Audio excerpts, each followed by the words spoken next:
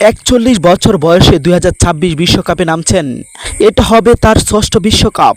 ইতিহাসের প্রথম ফুটবলার হিসাবে ৬টা বিশ্বকাপ খেলার রেকর্ড। ক্রিস্টিয়ানো রোনালদো বল পায়ে বয়স ৪১ শুধু সংখ্যা, শট নিলেই আকাশের চাঁদও কেঁপে ওঠে। পর্তুগালের লাল সবুজের জার্সি আর চাঁদের জ্যোৎস্না মিলে গ্যালারি বলে এই শেষ নাচ রাজা।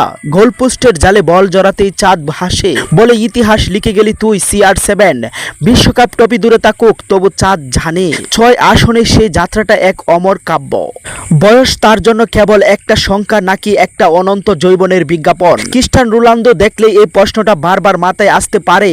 ৪১ পেরিয়ে গেছে এবং এই বয়সে খেলতে যাচ্ছেন আরও একটা বিশ্বকাপ। অবশ্য এই বিশ্বকাপ তার দলে থাকা নিয়ে সন্দেহ কখনো ছিল না।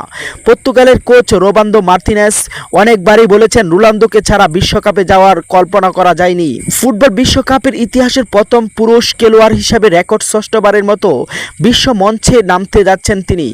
অবশ্যই লিওনেল মেসি আর্জেন্টিনার জার্সিতে ডাক পেলে রোনালদো এই রেকর্ডে ভাগ বসাতে যাবে।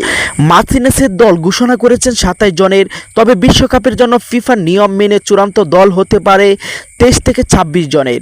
সুতরাং এই দল থেকে অনন্ত একজন যে বাদ পড়ছে সেটা নিশ্চিত। ৪ গোলকিপারের দলে রেখেছেন পর্তুগালের কোচ। সেখান থেকেই একজন বাদ পড়বে। ৩ জনের বেশি গোলকিপার রাখা যায় না একটা স্কোয়াডে। বিশ্বকাপের গ্রুপে পর্তুগালের প্রতিপক্ষ কলম্বিয়া, উজবেকিস্তান ও ডোমিনিকান রিপাবলিক অব কঙ্গো।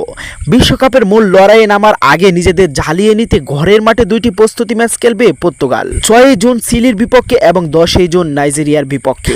সম্মানিত ভিউয়ার্স, ফুটবলের সকল নিউজ সবার আগে পেতে আমাদের চ্যানেলটি সাবস্ক্রাইব করে পাশেই থাকুন।